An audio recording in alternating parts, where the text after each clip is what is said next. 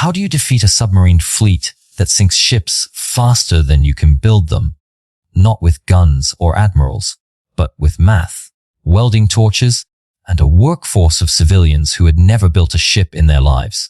The story begins on November 12, 1942, in Richmond, California. Cold fog smothered San Francisco Bay as a crowd packed the waterfront. Before them sat a completed cargo ship, 441 feet long, 28 million pounds, poised to slide into the water from Permanente Metals Yard Noah 2. The shock wasn't that the ship was finished. It was that it had been built in 4 days, 15 hours, and 29 minutes. What normally took half a year had been done between 2 sunrises and 2 sunsets. The workers backing away from the hull of the SS Robert E. Peary were not master shipwrights. Weeks earlier they had been farmers, housewives, teachers, clerks. But as flashbulbs popped and reporters scribbled, everyone present understood they were watching more than a launch. This was the ignition of a new kind of warfare, one fought not by artillery and armor, but by production numbers. That revolution traced back to December 27, 1940, when Henry J. Kaiser, a dam builder with zero naval shipbuilding experience, signed his first contract to build 30 cargo ships for Britain. The traditional shipbuilding elite scoffed. Kaiser, unlike them, saw ships the way Ford saw cars, assemblies, not artifacts. After Kaiser's chief engineer, Clay Bedford, walked Ford's lines in Detroit, he returned with a heresy: treat ships like chassis. Fabricate in modules. Move workers to parts, not parts to workers. Weld instead of rivet. The old guard seethed. Their craft was rivets, millions of them, hand-driven by elite crews. Kaiser forced welding onto the table: cheaper, faster, arguably stronger. Vice Admiral Emery Land doubted it.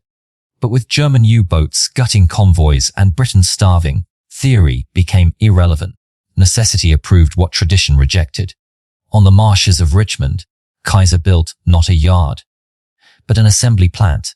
Rail spurs, prefabrication grids, cranes swinging entire modules into place.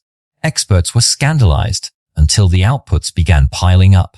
Kaiser hired anyone with 2 hands and urgency. Women, retirees, students, laborers. Training ran in weeks, not years. Each worker mastered one repeatable motion. Weld this seam, fit that bulkhead, align that plate. The first Liberty ship took 197 days, then 169, then 128. By spring 1942, 70 days. The old world couldn't compete. Then Kaiser went further. Parallel construction. Build the hull. Build the engine module elsewhere. Drop the engine in by crane. Bolt it down in a day. The Navy called it madness. Results made it doctrine. Admiral Howard Vickery, once an enemy of the idea, finally admitted perfection is the enemy of sufficient. Competition tightened the screw. Edgar Kaiser drove Oregon. Bedford ran Richmond. Records cratered. Oregon hit 10 days in September 1942. Richmond vowed to cut even that in half. At midnight on November 8, 1942, 1,000 workers surged into motion. 4 days later, on November 12 at 3:30 p.m., the Robert E. Peary slid into the bay. Admiral Land, stunned, could only say, 6 months ago, I'd have called this impossible. Kaiser has made tradition obsolete. The country copied the playbook. By 1943, the average Liberty ship took 42 days. America was launching 3 ships a day, faster than U-boats could kill them. Kaiser didn't just build ships, he built a new workforce. Nearly 200,000 people drew wages from his yards.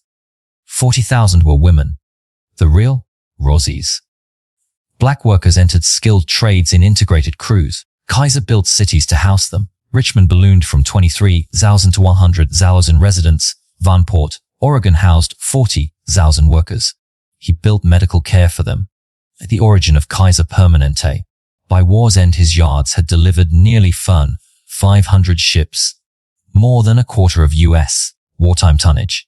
Nationwide, 710 Liberty ships carried tanks, food, fuel, and armies across oceans. They were ugly, slow, and exactly good enough. Designed for 5 years, many served for 50. 2 still survive. SS Jeremiah O'Brien in San Francisco and John W. Brown in Baltimore. Welded survivors outliving the riveted world they replaced. The techniques outlived the war. Modular construction became the template for modern shipyards in Japan and Korea, then bled into housing, bridges, aerospace, even electronics. And the deeper lesson stuck: ordinary people, if properly organized, can do the impossible on an industrial scale. Admiral Nimitz said it clearly. Japan believed it could sink ships faster than we could build them. They did not count on Henry Kaiser. Kaiser's legacy isn't just holes in the water. It is the erasure of assumed limits. It is the proof that tradition is not truth, and that sufficiency delivered at scale beats perfection delivered too late. Every time a ship today slides into the sea in a fraction of the old time, the echo is still there. The sound of the Peary hitting the water, and with it, the sound of the impossible becoming routine.